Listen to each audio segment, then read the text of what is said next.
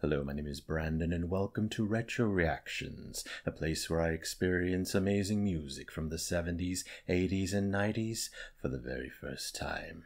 And today we're going to be traveling all the way back to 1976 to listen to The Fall of the House of Usher by the Parsons Project.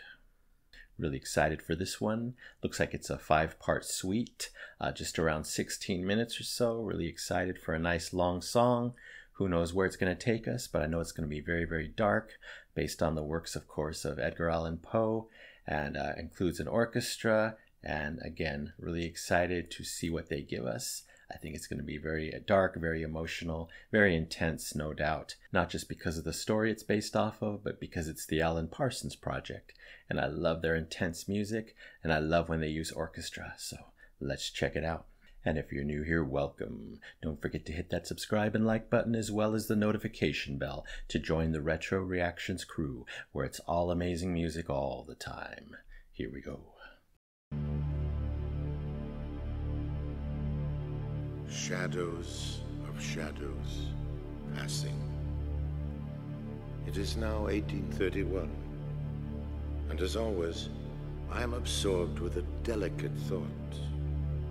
It is how poetry has indefinite sensations, to which end music is an essential, since the comprehension of sweet sound is our most indefinite conception. Music, when combined with a pleasurable idea, is poetry. Music without the idea is simply music. Without music or an intriguing idea, color becomes pallor. Man becomes carcass. Home becomes catacomb. And the dead are but for a moment motionless.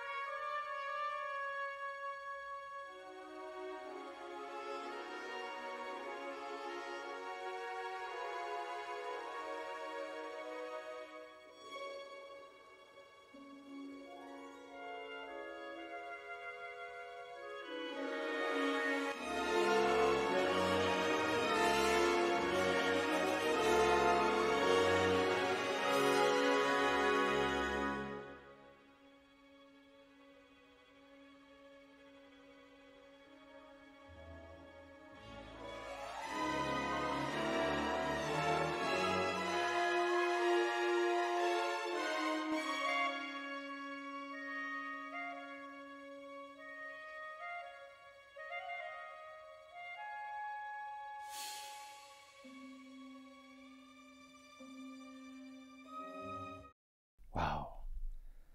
Already getting so much here. Wow. just as intense as I imagined. Of course, Orson Welles has the perfect voice for this type of song, to narrate. Just so unique, so deep, so chilling. Great way to start out. Didn't really focus on what he said, but I did read it earlier, and it was basically about music needing lyrics, lyrics and needing music, going together to become something powerful.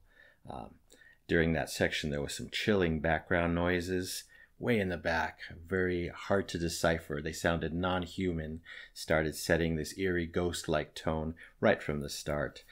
I wrote down that I want to hear this live already. I hope they perform this live, and I hope it's watchable somewhere, because I haven't even heard most of it, but I have a feeling it's going to be amazing, crazy, horrific, intense, all the above. Really excited to hear the rest of it.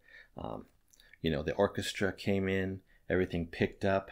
It's interesting because I expected, just scary, but instead we got soft, serene, but uneasy orchestration. And I love that mix, You kind of don't know which way you're going. You feel gentle, you feel calm, and then all of a sudden these eerie notes just hit.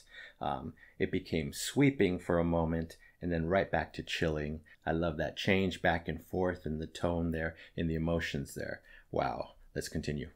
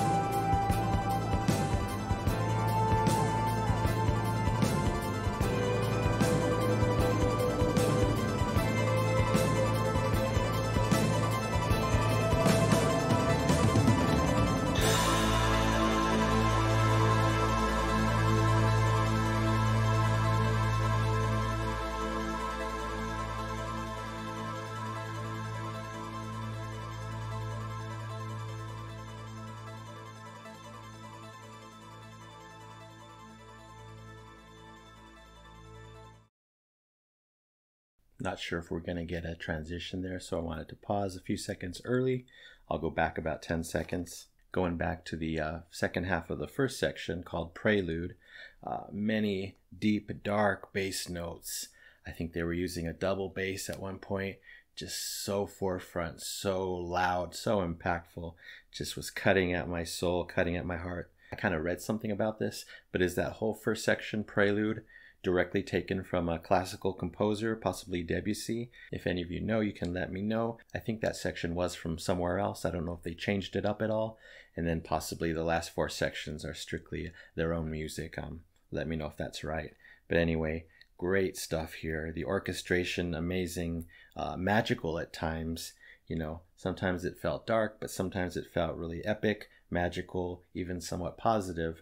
Definitely like some kind of intense movie soundtrack. Loved all the orchestration. A lot of it was way up in the background, not up in your head, and then it got loud, bombastic. Just so much going on with that orchestra. Loved it. That lightning was so intense, so powerful. Came in right at the right moment. Definitely surprised me. It was loud and booming, and then they added amazing wind and rain sounds. Just sounded so intense and loud, and I love that. Really captured me. That was the transition period into the next song, which was Arrival. And, you know, that was a short one, but amazing too. Nice turn, nice change. We got some classic church organ there. I just love the change up in that section to the modern 70s type music. You know, like we're back to the present. You get some classic Alan Parsons music there. And nice drumming sounds, nice keyboards, of course. And just a big, big change from that first section. So I think we're just finishing up second section, Arrival, and we're about to transition into Intermezzo. Let's see what else it has to offer. Amazing so far.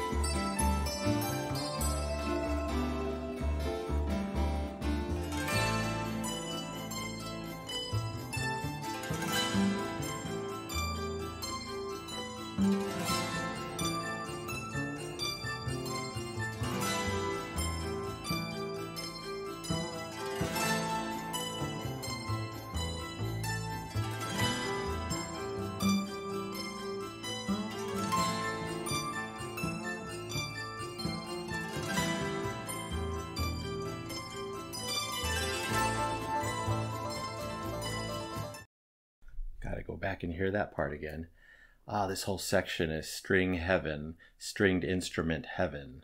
So many great sounds, so many great instruments, so many great arpeggios going on here. Love this. Okay, so going back a little, that third section, intermezzo, really, really nice. Very, very short. I think it's just about a minute or so. But we got some haunting, dark, uneasy orchestration again. Even though it was short, it was still very captivating. And I think that's because, you know, there were not many note changes. They were just keeping you right there in that distinct pocket and really holding my attention. So love that one. And then it seamlessly flowed into the next fourth section called Pavan, and really, really different, more classic Alan Parsons Project sound there. Like I said, stringed instruments all over the place, all over my ears, and those arpeggios were wonderful. The way they were plucking everything was wonderful, including that double bass. I'm pretty sure that's what I'm hearing as far as the bass notes. Everything just sounds incredible there. I did a little research before, and I read from different people that 5 different stringed instruments are used here. I don't know if that's true. If anybody knows, you can let me know. Hard to catch everything on first listen, but supposedly there's a harp, mandolin, harpsichord, cymbalum, and cantel, if I'm pronouncing that correctly, in this section. And again, let me know because it's hard to catch everything in one listen, but absolutely love it. I love the combination in this section, you know, of a nice groove mixed with a world music type feel with all those amazing instruments. Very unique, very different in its own from the rest of the song. Loving it. So let's continue.